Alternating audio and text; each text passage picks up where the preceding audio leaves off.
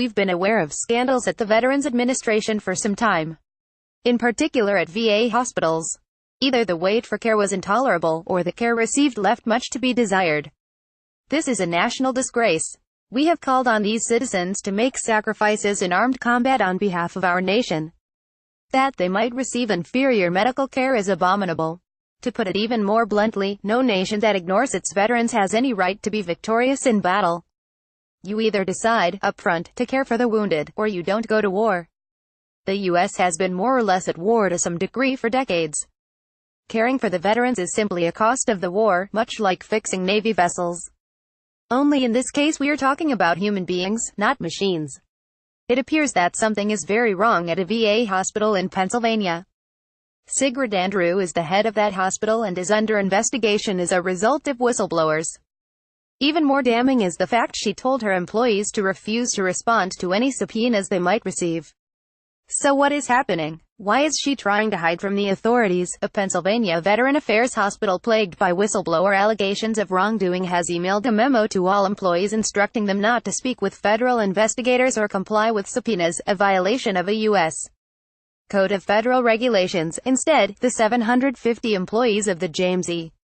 Benzant VA Medical Center in Altoona are instructed to refer all inquiries from numerous open investigations, including the House of Representatives, to Director Sigrid Andrew. The memo states, employees are not to respond to a subpoena to appear for testimony and/or to provide any agency document to include but not limited to copies of the veterans' protected health information, reads the memo, dated last month.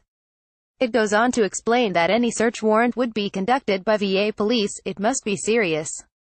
After all, who sends out a memo instructing employees to violate federal law? Agencies currently conducting various investigations include the Office of Special Counsel, Department of Health and Human Services, House Veteran Affairs Committee, the Government Accountability Office, the VA Inspector General, and the newly created Office of Accountability and Whistleblower Protection. Whistleblower James Denefrio has since forwarded a copy of the email to the House VA Committee, U.S.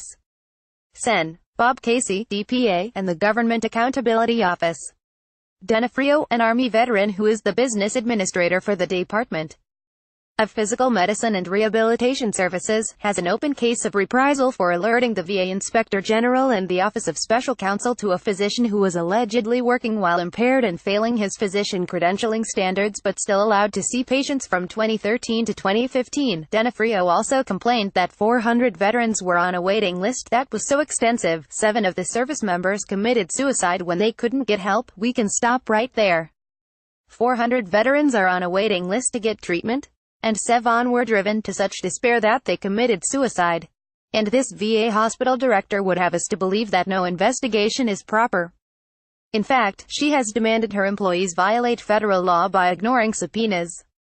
Director Andrew at least deserves to be fired for disciplinary reasons, if not investigated for criminal acts. To facilitate such investigations, subpoenas should be issued at once. And if Andrew can be shown to have recklessly endangered the lives of our veterans, she must stand trial. Source: Daily Wire. Donald Trump, K1, subpoenas, VA Medical Center.